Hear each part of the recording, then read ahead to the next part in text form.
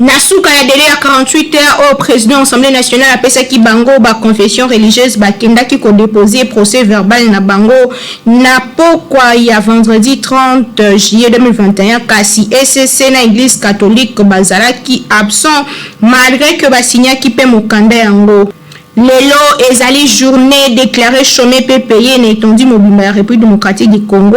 wapi tozo célébrer fête de parents morts pe vivants o ezalaka commémorer le 1er août ya chaque année kasi lokola ekoi dimanche mokambi ya l'état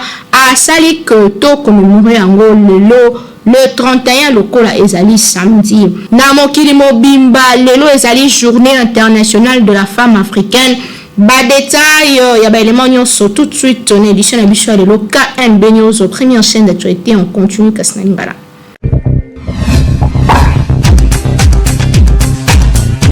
Bon week-end, Nazane Senga pour présenter une édition ya lelo ya le 31 juillet 2021 wapi bisika boso mina banda ko férié kasi biso mosala eza kokoba pour informer bino de devoir na biso tolobi yango que si confession religieuse ba déposa qui procès verbal na bango na Assemblée nationale na pokwa ya vendredi 30 juillet wapi eza repris combo ya moto o ya ko succéder na Corneille Nanga bozo idée na image pe commentaire.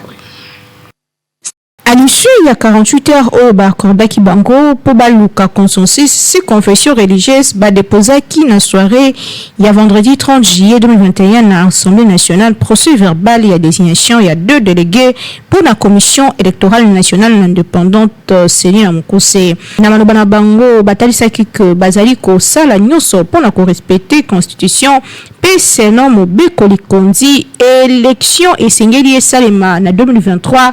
yango nyonso esengeli esalema na tango elongobani elobaki pasteur de Yokamba liboso ya bapanzi sango sima ya ko déposer procès verbal na bango na maboko la président de l'Assemblée nationale to noté que église catholique pe protestante et accompagné ki bango te malgré délai à 48 heures au bakordaki bango na président ya chambre basse ya parlement le 8 confessions religieuses ba réussir kakate ko tomber d'accord sur candidature unique ya ko présenter pour na ko kamba seni selon monseigneur Utembi président ya Seko pe ya ba plateforme ya ba confession religieuse bango na SCC bazali ko considérer que sur le plan éthique pe indépendante ba greffier retenu contre les 2 candidats et ezali ko affecter indépendance pe crédibilité na bango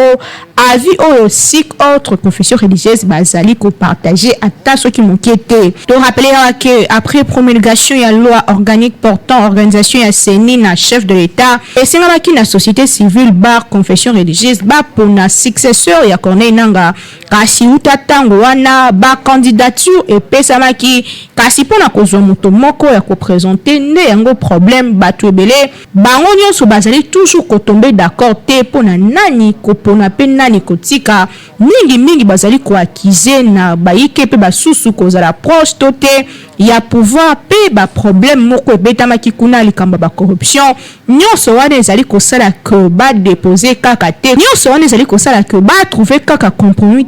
sur moto moko à ko représenter ba confession religieuse loko la futur président ya CENI affaire oyo etikali à suivre malgré ba déposer déjà procès verbal na bango kasi boyokani ezali kaka te Kinshasa et l'équipe partout.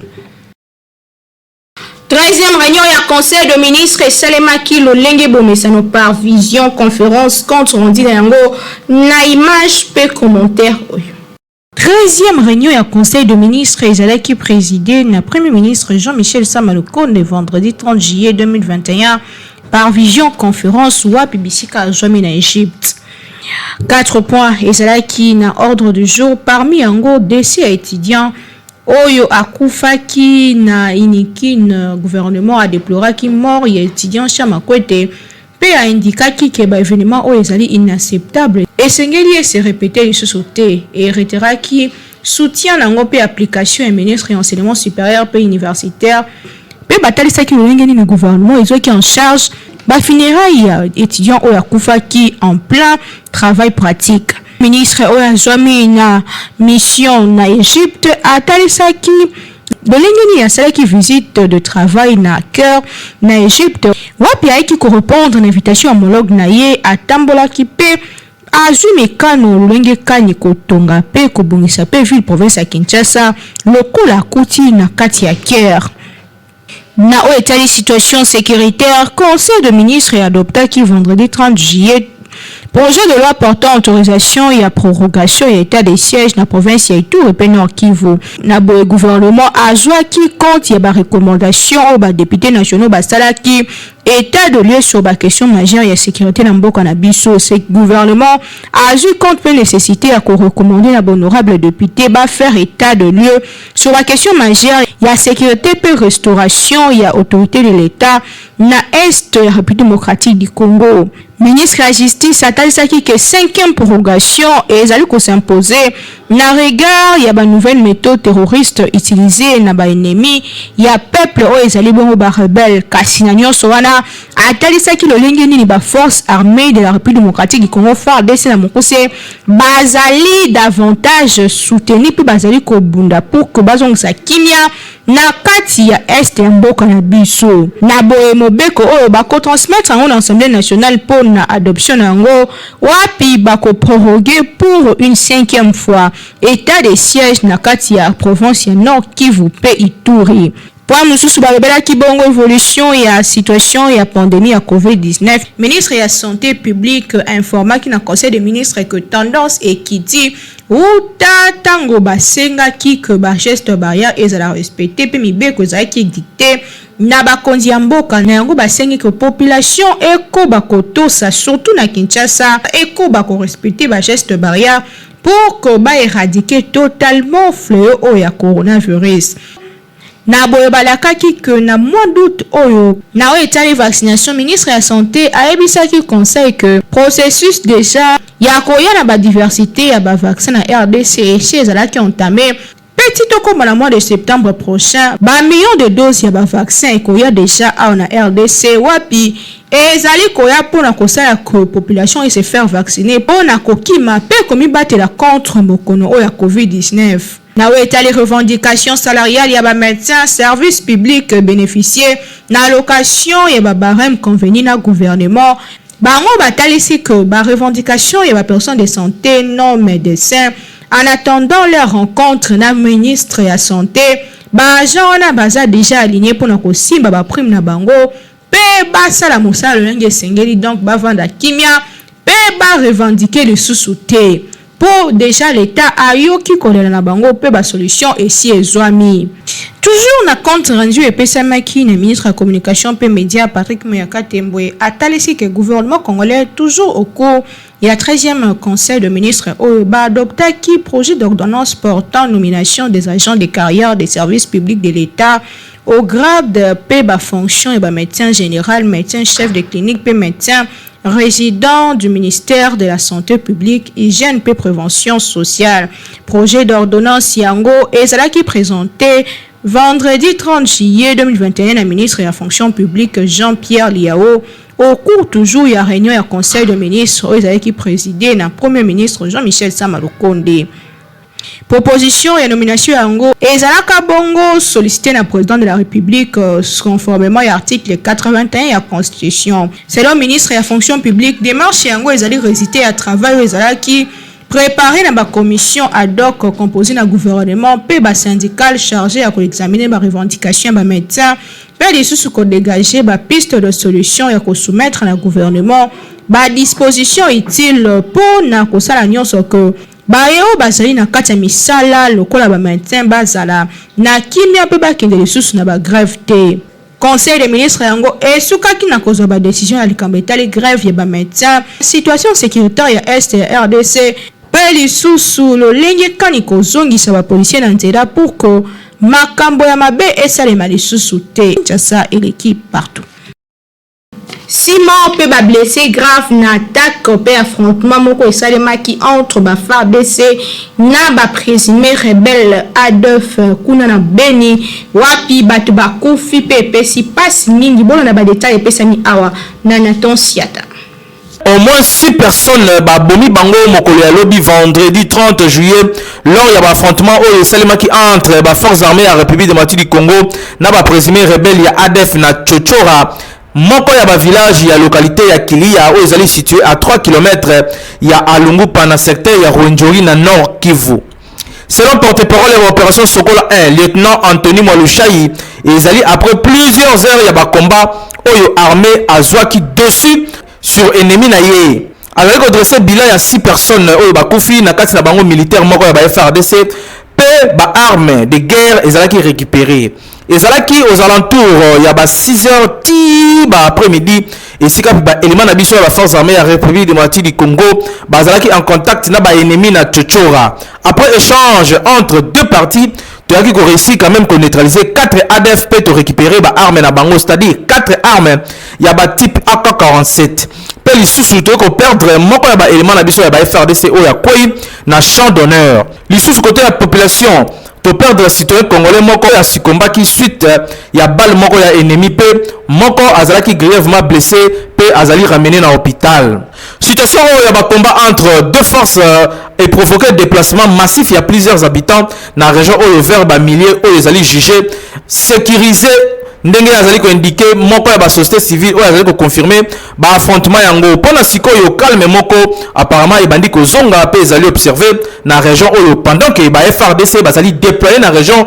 pe ba intensifier ba patrouille na bango ya ba combat pona ko luka ko chakimia na zone oyo na bongo bazali ko continuer ko pesa mbela na ba groupe armé nyonso oyo bazali ko sala nan kiteti eri yango yo boyo ka bo déposer ba arme po soki na nzela na yo kutena ba FARDC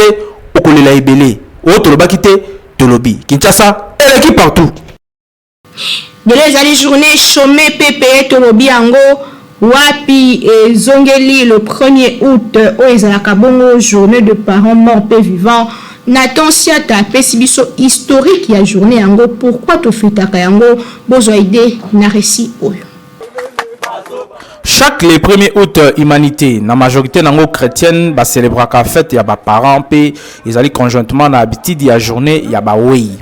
Mais au départ, ils allaient qui bongoté. En effet, le 1er août, ils allaient qui institué, puis reconnu dans l'organisation des Nations Unies locales, la fête moko, ou basali quand ça ba parents bango tout court. Par contre, pour na batu mingi, ba parents oyo et sengelaki ko réserver bango pensée moko festive mingi na kati na bango bazali déjà kokufa. Raison pour laquelle pour ba oyo ba parents bazali vivant bana na bango basangana na bango pe ko fêter ensemble na ba oyo bazana bo moipe côté mususu oyo vie et sépara bango na affection parentale bango pe na tour na bango bakendaka na ba cimetière pour na ko rendre ba hommage na ba géniteur na bango oyo ici bakufa. Par ricochet, topé na babtid, les deux événements, il y a des parents vivants, des parents morts et sangana, et comment eloko moko, pe ba comment fêter yango na date moko, alors que kala ezalaki bongote, journée pour na ba mort ezalaki instituée na église catholique le 2 novembre. Ezalaka bongo après le 1er novembre où ezalaki consacré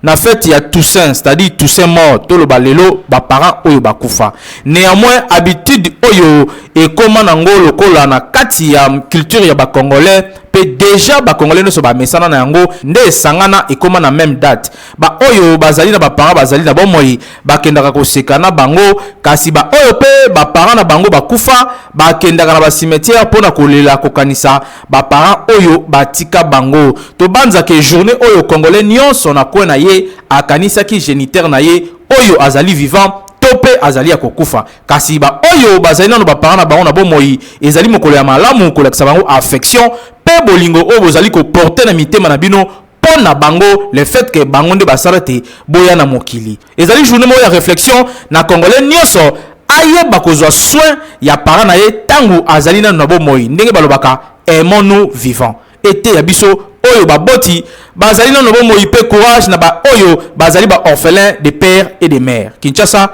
et l'équipe partout.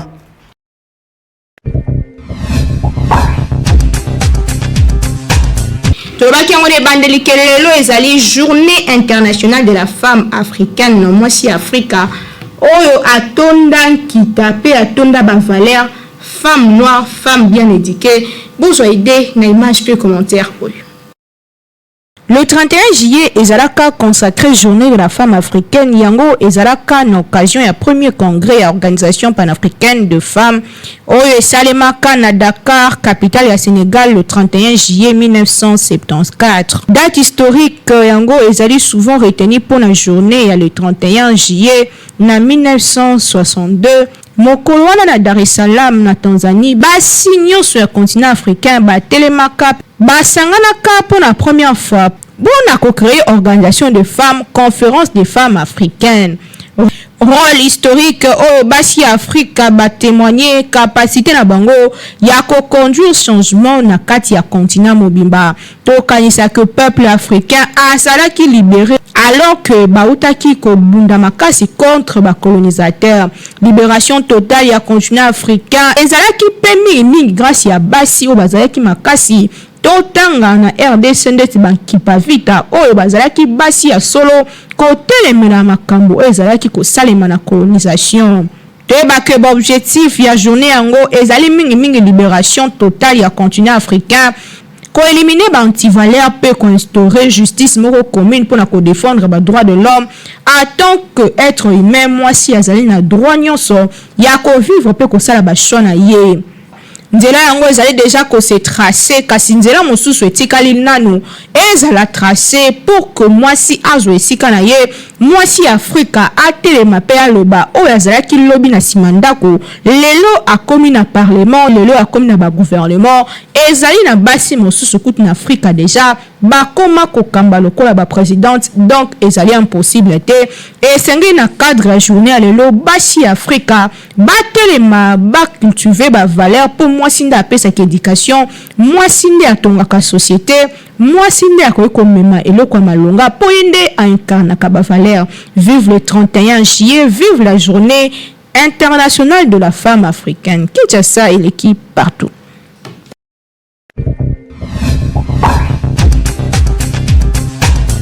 Toujours imité, mais jamais égalé. KNB News, première chaîne d'actualité en continu. Kasinalingala, Tozoko Bakope Sabino Bimegi, Ngeli Awa. Nulle part ailleurs, besoin extrait émission Kindoki politique. Vous avez déjà en ligne na chaîne YouTube na biso KNB News kasi. Kobo sanate ko s'abonner.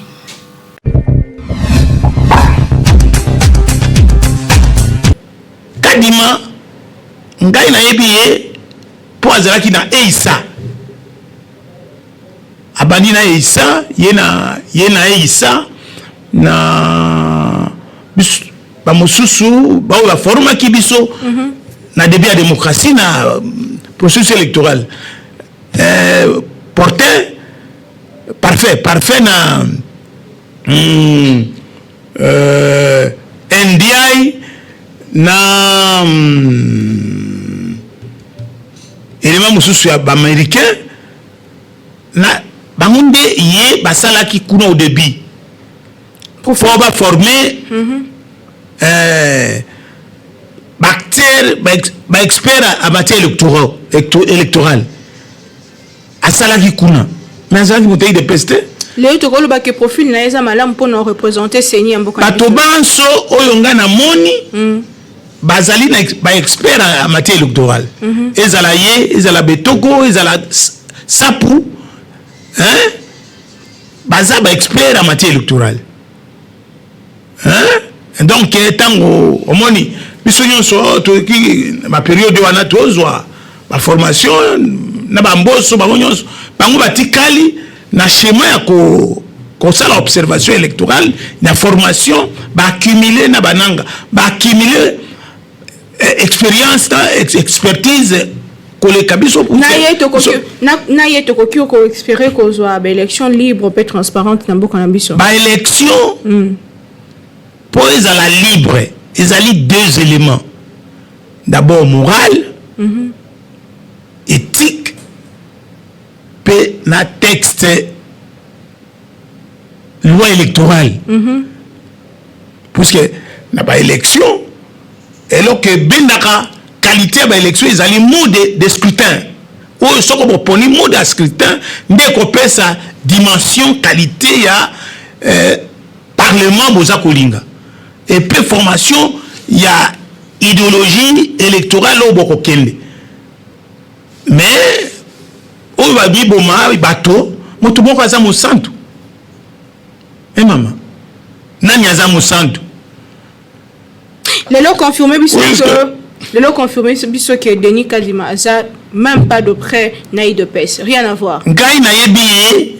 comme expert électoral a forma biso na eiza ndungu wana bimeni wapi bon puisque aza moluba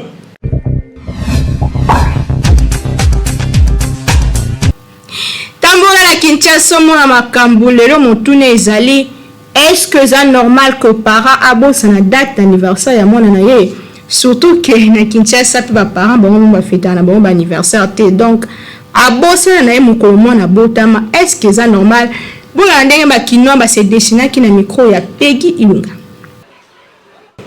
kokoma parents ezali responsabilité yambo ya kokota na aventure wana esengeli ko se préparer pe ko za la mature lelo na Kinshasa pe na mokili ba chaîne ebele baza ko se reproduire sans préparation ni sans sa responsabilité okokuta muntu abota sans kozwa soin ya mwana et même atikela ye batu mosusu ndakisa ba parents na ye. Pire encore, constant et salami que ba parents misusu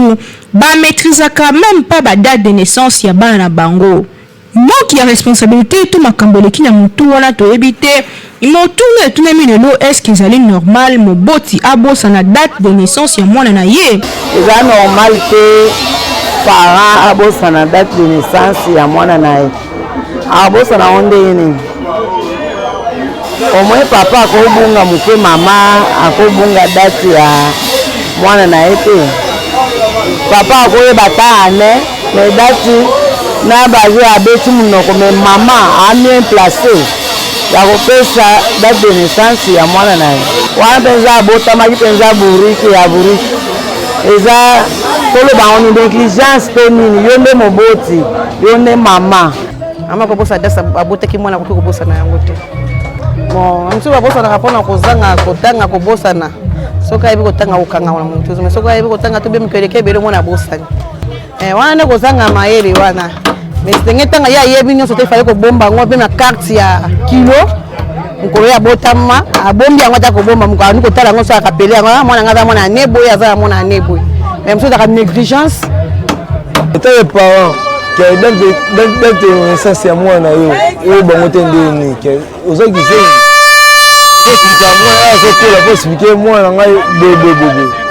batuna yango na classe c'est important ata na sixième primaire ata na humanité lobaki azala zoba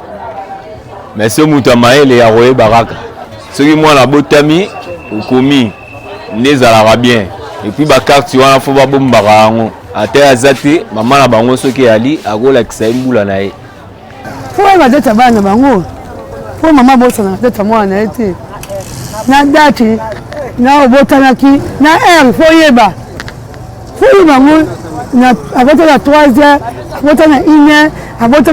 na 23h fo oyeba mama fo oyeba pour le bazoba eza produit mais eloko esalaka eza bana ebele bazobotama na banorme oyo esengaka bana babotama te donc ça veut dire quoi papa atie zemi atiki mwasi soit akili kote ake ezoyebana te moyen alambela mpena makambo ya mwana mpena eza pasi mais normalement mutu aza marie na bana na ndako akozala na difficulté wana te vraiment conseil na kopesa bango avant ya kobota d'abord il faut kolinga kobala mwasi officiellement pour partir à wana na maternité ezalaka na nini fiche moko abisaka acte de naissance ezalaka vraiment na chaque hôpital donc soki eza na logique moko boye bien papa koyeba mama pa koyeba po efacilitaka biso ntango mosusu na bavoyage ntango mosusu na bainscription ya bana na école efacilitaka biso bon soki boza bia uni na logique difficulté wana na ndimi te ezala moboti azali modèle ya liboso mpona bana na ye azali na mosala ya kosécuriser koéduquer koinstruire mpe kosurvenir na babesoin ya bana na boye affection mpe attention ya moboti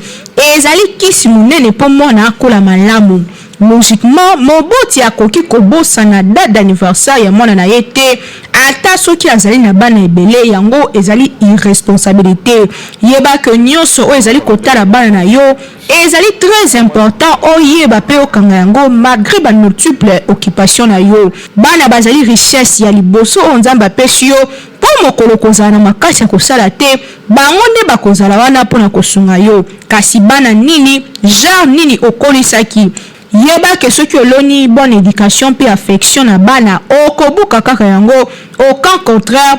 okobuka kaka oyo olonaki c'est-à-dire que ndenge obanda ekokipe bango te mokolo yo po kokola bango pe bakokipe yo te po yo nde olonaki yango na kati na bango po ezala bongo te moboti nyonso esengeli azwa soin ya bana na ye jeune to mokolo yeba responsabilité ke tango oboti déjà obotisi mwasi olinga ye to te zwa bana na yo en charge pe kolisa bango na éducation ya malonga po bango nde avenir na yo oyoki Kinshasa eleki partout. Ezalaki édition il y a le 31 juillet 2021 on azalaki na esenga ko présenter les bino eza férié kasmo sala a resala maka toujours d'une manière très très professionnelle. Merci l'équipe technique et rédactionnelle au sac mosaki tout konasi ma caméra tozalaki bongo na Peggy Ulunga Régie Simamaki na Timothée KMB réalisation ya Nathan Siata toujours na coordination ya grand lieu ya communication Jimoken Galabino tokuta mikolo ezali koya semaine oyo ezali koya wana pona ko servir bino kaka ne bolinga kape nde to sala bino musala awa magazine